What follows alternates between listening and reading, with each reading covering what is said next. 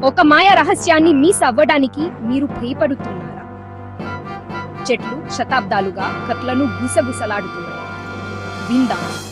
ప్రపంచం నలుమూలలా మాట్లాడే చెట్ల గురించి కట్లు చెబుతారు. పురాతన గ్రీస్ లో డ్రయాడ్స్ అనేవి చెట్ల ఆత్మలు. అవి మాట్లాడలవు, పాడలవు. ఆఫ్రికాలో ప్రజలు తెలివైన చెట్లను నమ్మేవారు. దగ్గరగా వినేవారితో రహస్యాలు పంచుకుంటాయి. నార్స్ పురాణాలలో యగ్ద్రాసిల్ ఒక శక్తివంతమైన మాట్లాడే చెట్టు. అది అన్ని ప్రపంచాలను కలుపుతుంది. ఈ రోజు కూడా కొందరు ఆకులలోని గాలి చెట్లు తమ కథలను పంచుకునే మార్గం అని అంటారు.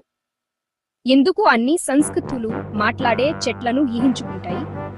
బహుశా చెట్లు మనకు నెమ్మదిగా ఉండమని గుర్తు చేస్తాయి మరియు ప్రకృతిని వినమని.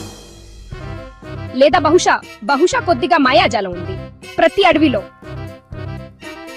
తదుపరిసారి మీరు ఒక చెట్టును దాటినప్పుడు దానికి నవ్వండి. ఎవరికి తెలుసు, అది నీకు తిరిగి గుసగుసలట్టం వినవచ్చు.